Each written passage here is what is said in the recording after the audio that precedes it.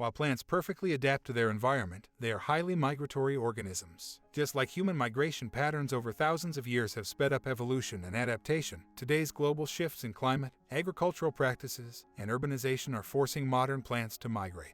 The great example of plant migration is the Senecio squalidus, commonly known as Oxford ragwort. It is a flowering plant native to Sicily but was first introduced in Great Britain by the scientist Charles de L'Eclus in 1694. The Oxford ragwort is not native to Oxford and only started growing on the rocky slopes of Mount Etna in Sicily after it was planted and grown in a garden at Oxford University. Although many farmers claim that trains were the transporters of these plants, scientists discovered that the Senecio squalidus flower crossbred with local flowers, gaining the ability to withstand harsh climate conditions. Coconuts are naturally buoyant due to their hollow husks. This allows them to be carried far and wide across oceans by currents. Some were even discovered as far away as the coast of Panama, having floated over 1,200 miles from the coast of South America. Because of this ability to travel great distances and spread far and wide, some biologists believe that coconuts are native to Asia. There's a reason why the coconuts float. The plant can be found in every ocean globally, including the Atlantic, Pacific, and Indian Oceans. From their native habitat in Asia, they eventually spread to Africa, Australia, and North and South America.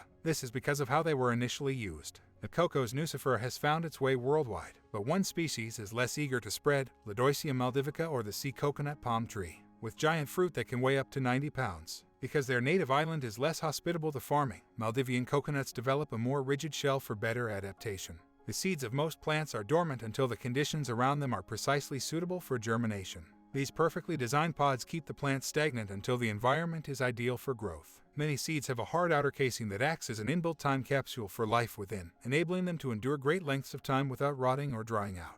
The Masada date palm seed is an excellent example of how long dormant seeds can remain viable. In 2005, experts successfully germinated this 2,000-year-old seed at the Dead Sea. It had been found in a clay pot discovered on Masada, a former fortress in Israel. People have tried to bring the extinct back to life before, most notably at the hands of Russian scientists. In 2010, they successfully regenerated the seeds of Silene stenophylla, a flowering plant that was once found across Siberia before it died out 39,000 years ago. It's a fact that the easiest way to spread seeds is by placing them where animals will eat them. But not all plants operate the same way. Like the black mangrove, some plants have evolved to attract fruit-eating animals and use their droppings to fertilize themselves. A more strategic way for plants to spread their seeds is through the hitchhiking technique. This is when the plant grows roots with bristles or burrs that hook onto the fur of passing mammals. The burrs and bristles then act as a transport mechanism and deposit the seeds in new locations. For the tasty fruit strategy, plants have to depend on animals that consume their fruits to spread their seeds through their droppings at distant locations. If the animals don't eat, the plants cannot spread.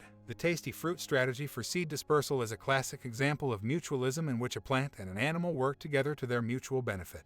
Without the animal, the plant may not reproduce. It depends on the animal to carry its seeds.